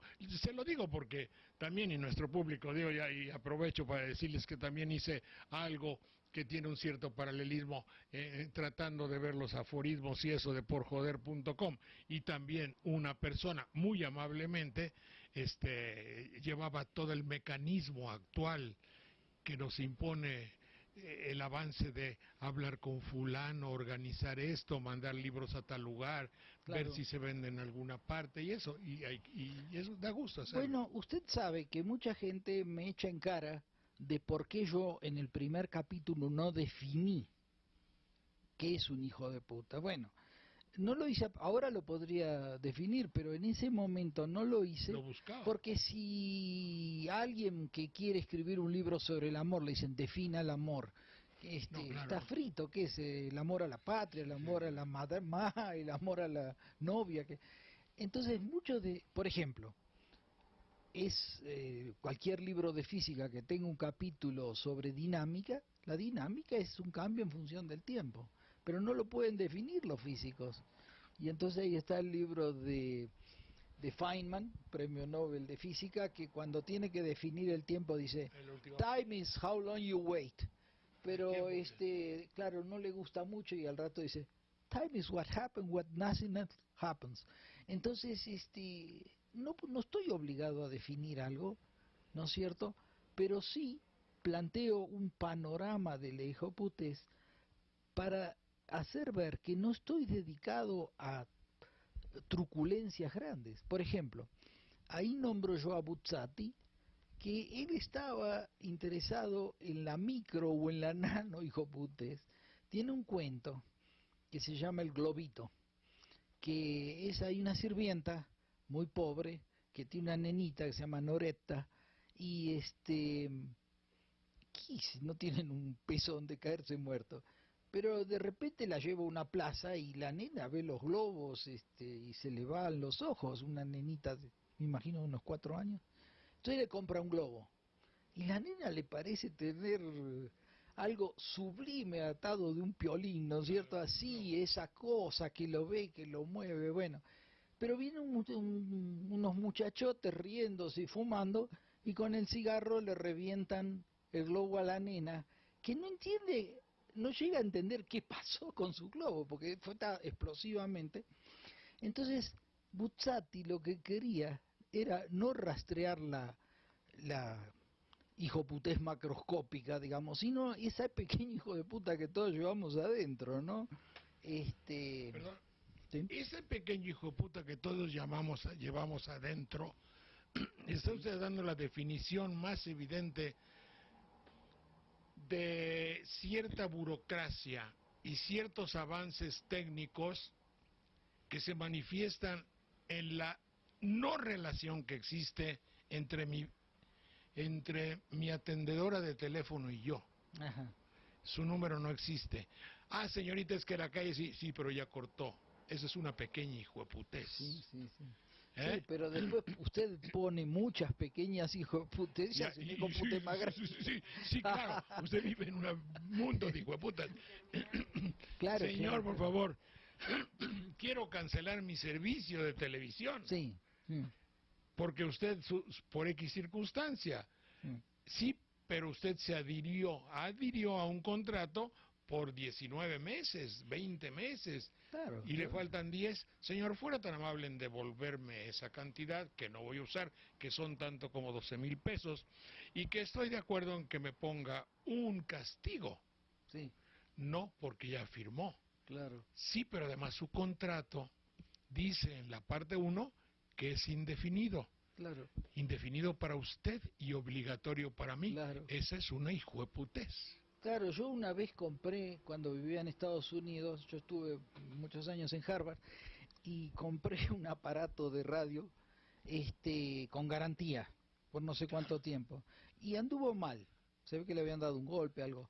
No tenía más que usar la caja original y mandarlo a un pueblo de Japón. Y me costaba mucho más mandar la cosa. Y cuando me quejé, dice, señor, usted lo firmó. Y pero, ¿cómo no lo voy a firmar? Claro, usted quería el bien. Va, entonces, no, pero creo que ya como yo no fui la única víctima de ese tipo No, de señor, cosas. es que vivimos en un mundo donde lo hijo de puta se llama contrato de adhesión. Claro, claro. Y véalo también para bancos. Le platico una de un banco hermosísima. A ver. Voy a ir a Estados Unidos, señor banco, y voy a decir el nombre, se llama Babinca, el banco que ya quitaron, ahorita lo dice. Necesito tener dólares para ir a Estados Unidos. Le va a llegar mensualmente una pequeña cantidad durante 6 meses, me lo convierte a dólares y me lo regresa. Sí. Ya que su banco tiene cuenta en dólares. Claro. Perfecto, sí señor, no hay problema. Me llega a los 2 meses una carta en inglés, que yo entiendo muy difícilmente, donde me decía que si ellos podían invertir la cantidad adecuada. Y no fui a Estados Unidos, y se quedó la cantidad 2 o 3 años, y era una respetable cantidad para mí, al cabo de 3 años, y ahora sí voy a Europa, póngamelo en el Banco de Europa. Ya esa cantidad. Claro. Dice, para gastar allá, que me iba yo a tener que quedar un tiempo. Dicen, sí, pero reciba usted a una de nuestras gentes. Sí, señor, aquí el banco se equivocó en tal mes por $60,000. Le digo, oiga, pero está usted loco. Claro. ¿Cuándo se equivocaron? Hace 18 meses. Me pongo a leer. Claro. Y entonces esos 18 meses, para ellos, yo tengo para quejarme por una irregularidad 15 días. Sí. A los 15 días el banco fenece el caso. Claro. Y si no escribo 2 cartas a tal lugar, se acabó mis derechos. Claro. Ellos 18 meses después tenían todo su derecho para reclamar. Falsificaron la cuenta, nunca supimos de dónde llegó ese dinero. Perfecto, claro. Usted maneja dinero de otras gentes. ¿Quién se lo mandó? Claro. Nunca pusieron decirme y todo eso. Y en la carta, ese dinero ganaba 0.25 porque me pidieron permiso en inglés para ponerlo en un banco. Ellos invertirlo. Yo dije, sí, mientras no lo uso. Claro. Yo ganaba 0.25, menos de 1%, la cuarta parte de un 1%. Sí. Y ellos lo metieron a Islas Caimán y ganaban el 9%. Claro. Son hijos de putas, ¿verdad? Sí. Por esencia, y todo eso está legalizado. Claro. En consecuencia, tenemos que examinar también la posibilidad de que la hijueputez se legaliza. Claro. ¿O no? Ah, no, es que justamente, yo tengo un amigo nuevo prácticamente porque es, que es el ex, que es una dignísima persona que se llama Ulises Schmil, que era el presidente de la Corte Suprema durante el gobierno de Salinas de Gortari, ¿no es cierto? Tiene unos libros fabulosos, ¿no? Porque él dicta la materia, teoría del derecho. Y hay una que es una cosa fabulosa, que es que el hijo de puta va, él no lo llama así, lo llama el jabalí, pero va creando una cultura, ¿se da cuenta? Porque las leyes que él va haciendo, él influyen para que se hagan las leyes que él quiere, ¿no es cierto? Por ejemplo, en la semana pasada, en el suplemento del New York Times en el Reforma, hablaba de una señora que el marido le rompía la cabeza regularmente, la sometía a las brutalidades máximas. Y ella se escapó como 10 veces a la policía, que la violaba y la volvía a regresarla al marido. Y que delante de ella, lo cuenta el New York Times, le dijo el policía, oiga, lo que le conviene es romperle las piernas, así no se le va más. O sea, entonces, si ella hubiera dicho lo mismo sobre el marido, la matan, la lapidan. Pero las leyes allí están hechas por el macho hijo de puta. Fíjese, acá, para salvar el sistema monetario, crean el FOBAPROA, pero en el término de 2 o 3 días hay bancos que hacen compañías para ser rescatadas en un país donde hay tanta gente que no tiene trabajo, no tiene comida y demás, pero las leyes le hizo ese señor. Entonces, realmente una de las cosas es que el hijo de puta es malo, pero la otra es que crea un sistema en el que esa maldad es tolerada y aún admirada. Se legaliza. Le ¿Perdón? voy a decir un caso de lo que usted está diciendo. En un pueblo, usted a lo mejor obviamente ni sabe, en un pueblo les dieron de golpes a todos porque querían construir no sé qué. Y a las mujeres, me parece que eran 18, 20 o las que sea, se las llevaron en un autobús y el autobús duró 4 o 5 horas. Algunos hombres relacionados con la guardia, con la policía X, no acuso a ninguno, las violaron. Y la explicación del jefe fue la siguiente: iban en un autobús y lo que hubo es tocar, los muchachos tocaban a las mujeres, prisioneras, las tocaban, lo natural. Para ese individuo sabía que era violación, Claro. sabía todo eso, pero él tradujo eso como lo natural. Es Claro. una clásica hijueputez legalizada. Lógico. Las víctimas castigables fueron ellas. Bueno. Entonces sí vivimos en una cultura donde lo cual lo hijueputa, ¿qué podría ser? ¿Se legaliza, se jerarquiza o se...?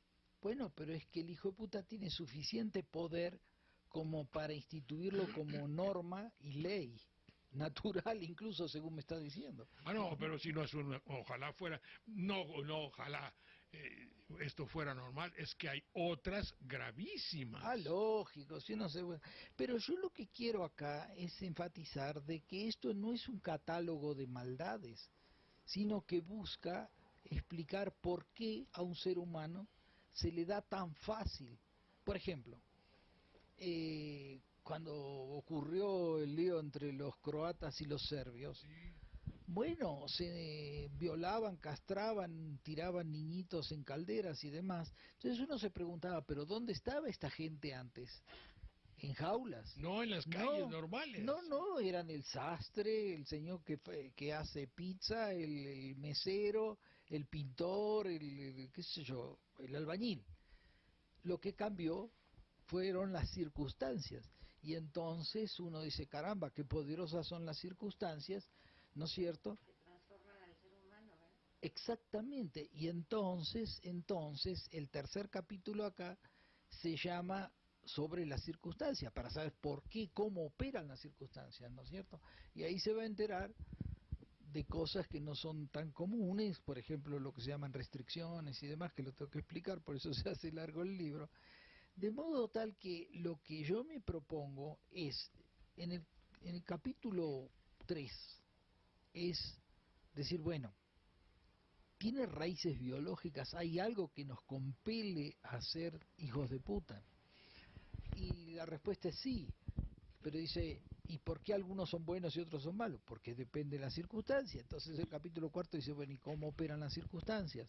O sea, lo que yo trato no es hacer un catálogo de nota roja, sino de entender por qué tenemos una tendencia tan fácil, natural, abundante, en ser perversos. Así nacemos, ¿no? Sí, desgraciadamente. Sí, pues así somos. Sí. Hay otra frase que decía, es impensable lo que alguien puede hacer por comer. Claro. Por comer. Si se hace todo por comer, claro. Y si la ambición no tiene límite, y si nuestra cultura hace que no seamos de por sí honrados, y si nuestro mundo aplaude la corrupción, es que debe haber una inclinación, proclividad, o dicen en mi tierra, es que así somos de nación, claro. Dándole a la palabra nación el concepto de nacimiento, así nacimos. Claro, hay sin embargo circunstancias que a mí me llamaron la atención, por ejemplo Kapuscinski, en uno de sus libros, Richard Kapuscinski, que estuvo acá visitando México poco antes de morir, este hombre cuenta que para escaparse de uno de los campos de labor de Siberia era terrible, porque tenía que ir uno a través del hielo y sin comer. Y entonces, entre un par de gente que se planeaba fugar, convencían a otro de que viniera con ellos para tener algo que comer en el camino, o sea, si no, no llegaban. O sea que se lo llevaban como alimento. Claro, entonces cuando uno lee eso, o cosas que son hasta risueñas, yo ahí nombro lo que se llama el sunicuijo. El sunicuijo, Su único hijo. Sí, aquí claro, lo vi. sí, porque resulta que en España, hasta que no lo sacó la República, estaba el garrote vil, que era un poste con un agujero y le sentaban a uno ahí con una soga y lo empezaban a enroscar hasta que se moría. Lógicamente pasaba un tiempo hasta que apretaba y se moría. Y entonces el límite estaba, porque venía un sacerdote, le ponía una cruz delante de la cara y empezaba a rezar el credo, creo que eso, el Padre Nuestro, que llega una parte que dice, y es Jesucristo su único hijo, el credo, su único hijo. Bueno, y la gente que iba a mirar, porque era público, apostaba a que pasaba el su único hijo o no lo pasaba, ¿no? Creo en Dios Padre, su hijo. Sí, y entonces me dicen que, por ejemplo, en el hablar popular, si usted se compró, vamos a decir, unos zapatos que yo veo que son ordinarios y no le van a durar, yo voy a decir, peso no llegan ni al su único hijo. O si supóngase un matrimonio mal avenido, dice, esos no llegan ni al su único hijo, quiere decir que se van a... O sea que mucha gente usaba el su único Usted hijo. busca una palabra en el capítulo que estaba leyendo anoche, donde alguien se pregunta de que hay una palabra alemana, El donde doppelganger. el hijo de puta, una de las características que deduzco es que sienta placer por su hijo de putés. Claro, claro. Estoy en lo justo, ¿verdad? Sí, bueno, recién, hablando de otra temática, decíamos el muchachote que pasa fumando y el reventarle el globo a la le nena, da porque si gusto, usted porque dice, qué vivo, mire cómo se benefició. ¿Qué beneficio tuvo? Placer, Sí, sí. placer, perversidad, Sí. hijo de putés. Sí, pero cuando la perversidad, cometer una perversidad da placer, eso es... Coño, es esquizofrenia. No, Es un hijo de putés. desgraciadamente, sí. Es grave. Se llega a admitir que ¿cómo se llama? Schadenfreude. Schadenfreude. La alegría más bella es la del hijo de puta que siente placer porque le va mal a alguien. Bueno, pero es que así se deduce, ¿no? Bueno, la Schadenfreude es... A ver, yo creo que sería capaz de sentir Schadenfreude, porque fíjese, por más que la condeno, supóngase que estamos los dos hablando y pasa un tipo, le arrebata la cartera a usted y sale corriendo, pero lo agarra un auto y lo tira al piso. Yo me voy a poner contento, lo siento mucho, será malo, pero... No, pero usted no manejaba el carro. ¿Qué? Usted no iba manejando el carro. No, ya lo sé, pero quiero decir que yo no tiraría la primera piedra, ¿eh? No, pero hay un matiz, en lo que usted dice es un matiz, no digo mañoso, pero hay un matiz. Es decir, alguien me hace a mí un mal y se ríe este hijo de puta. Sí. Y los conozco y los he vivido, y podría mencionar una lista interminable. Eso se busca el nombre, lo tengo ese nombre del Señor que siente placer perverso al haber causado un mal y que a todas luces corresponde a los parámetros del hijo de puta.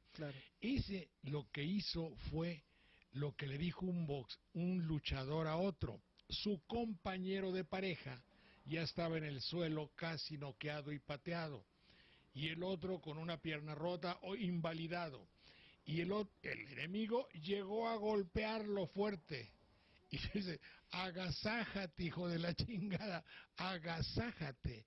El agasajo en nuestra cultura popular es una palabra, dice, ponte alegre y de fiesta. Claro. Siente placer. Claro. Yo lo invito a usted a un agasajo a Banderilla, y matamos una gallina y compramos, o sea, lo estoy agasajando. el que causa un placer de hijo de puta se agasaja. Caramba. ¿Cierto o no es cierto? Ah, sí, sí, sí. Siente Evidentemente placer. Sí. Mire, yo, cuando yo en Argentina había cantidad de gente que escapó de la guerra, pero o que se fue después de la guerra. Y yo conocí un señor, se llama Gaby Cohn, siempre me acuerdo, que todas las vacaciones se iba a Alemania a buscar a un tipo para matarlo. No, nunca, no, pero escuche esto. Dice que él, la madre era chico, ¿no? Estaban encerrados, muertos de hambre, y salieron a mirar cómo se retiraban los alemanes, ¿no es cierto? Y la mamá se llevó la mano al pecho y sonrió. El tipo de uno de los camiones le hizo parar, fue y delante de él le pegó un tiro a la mamá, se subió al camión y se fueron. Y ese tipo iba, porque no decía que tenía la cara del tipo que mató a la mamá acá, iba todas las vacaciones de él a Alemania para buscar esa cara. Bueno, yo nunca me enteré si la encontró y además creo que no me lo va a decir, pero Pero realmente él no podía tolerar la persona que ver sonreír a la madre porque se acababa de la guerra, no lo pudo tolerar y la mató así. Claro, usted está hablando Hmm.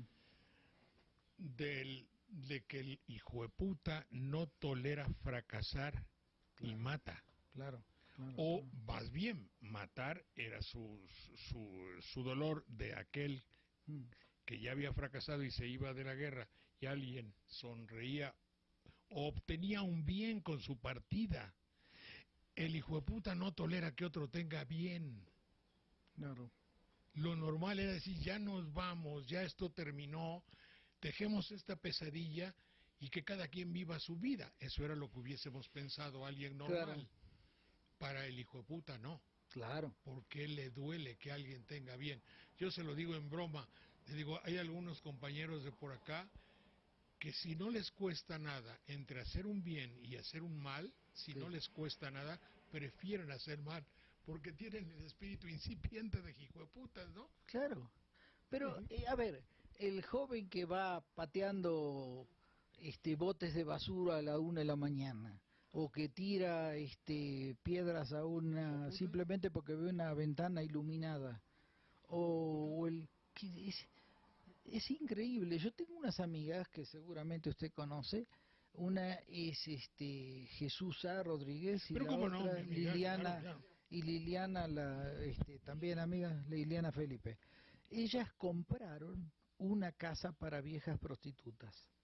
Y entonces me explicaron, digo, pero aquella más vieja prostituta, y una prostituta de 80 años, digo, ¿cómo una prostituta, una ex prostituta? Dice, no, actualmente.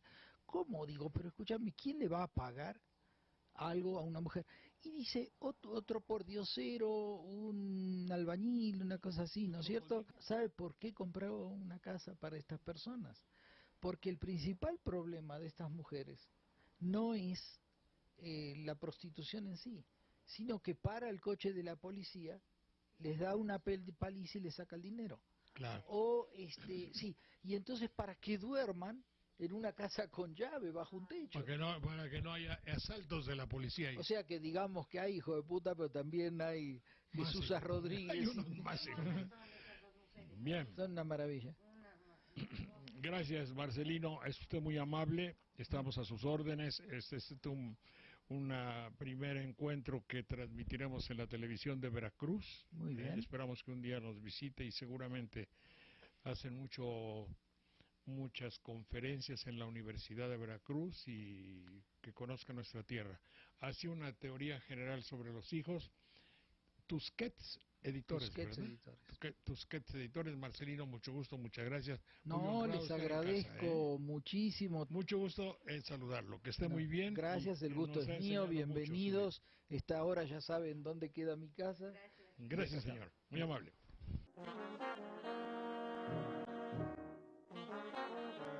Gracias a todos los amigos que han colaborado en nuestro programa. Jóvenes, mucho gusto, muchas gracias. Gracias, don Jorge. Hasta la próxima.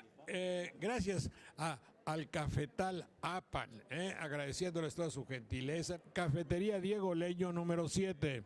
Teléfono 165-9061, Cafetería Diego Leño. Museo del Café en Coatepec, 816-5390, en Zempoala, esquina con Corregidora 129, 817-1200, para que ustedes vean todo lo que tiene que ver con el café. A mi amiga doña Ana María Bordonaev. Doña Ana María, ¿cómo está usted? Mucho gusto. Doña Ana María, debo decirlo bien. Murillo Vidal, número 710, 818, 4463, con hermosas flores. Gracias a la Escuela de Computación ABC, en Bustamante 4, Colonia Centro, 817-2621. Inscripciones abiertas. Que la pasen muy bien, jóvenes, son ustedes muy amables. Gracias. Hasta la próxima. Nos vemos, Jorge.